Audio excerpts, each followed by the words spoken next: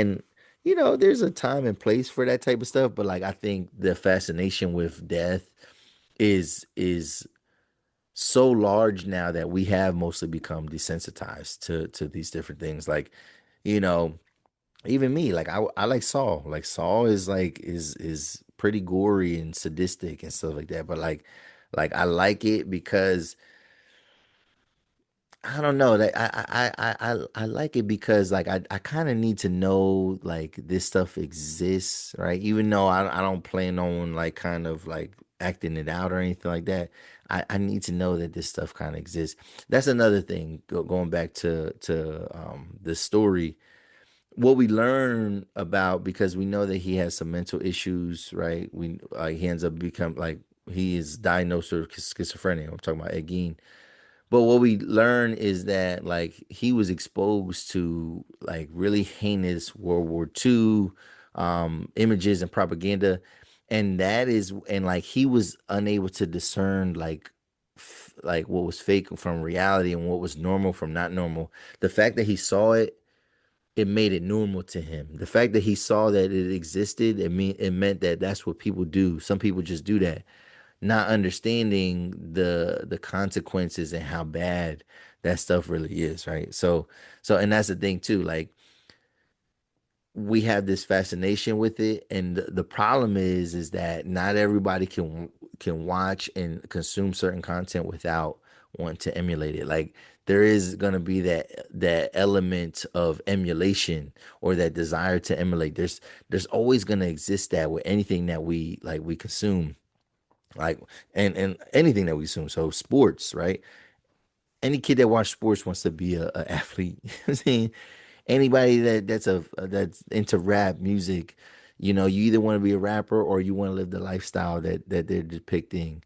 All those different things. So like emulation is real, but I feel like to the extreme level, people that are not coherent with all their thoughts, they probably should not be consuming that type of content because it could be really detrimental to them and it could lead them to doing some bad things. And then last thing I wanted to talk about was a bunch of things that this show got right and this show got wrong, right? So people did take some exceptions to things that were happening in this show because they felt like he everything that he did was already bad enough. So why are they adding to it? Like why are they like making up stuff? Because I think that's the thing. When any of these bio series come out, there's gonna be directors that take some liberties. You hope that most of it is true. If you're not a historian, it doesn't matter to you as much. As long as it's good, as long as it's entertaining. But there were people that were upset with some of the things that they kind of added to this. But here are the things that they got right and they got wrong, right? So Ed Gein's mother was cruel and domineering. So that is absolutely true. She was this deeply devout religious woman, and like she did instill those negative thoughts about women into his head. Geen was never officially tied to his brother's death, so that's the first person in the show. That's the first person that gets out of here, that checks out. It's his brother, and they're saying that like no, even they say it in the show that he possibly died of a house fire, but like they're saying that like no, that's factual, that he never was officially tied to it. I wouldn't put it past him for doing that type of stuff, but it did seem like he did have somewhat of a relationship with his brother. In the show it shows that he's like upset with the brother because he says stuff about their mom, and then he doesn't almost realize what he did, but they're saying that never officially tied to his brother's death. There's a girl in this show called her name Adeline Watkins. At least her real name's Adeline Watkins, but there's a girl named Adeline in there, and this girl is not really his girlfriend, but it's somebody that he's interested in. And what we learn about this girl is that like she's into like all this like dark, creepy stuff as well, and she kind of like puts the battery in his back in some ways in certain scenes in this.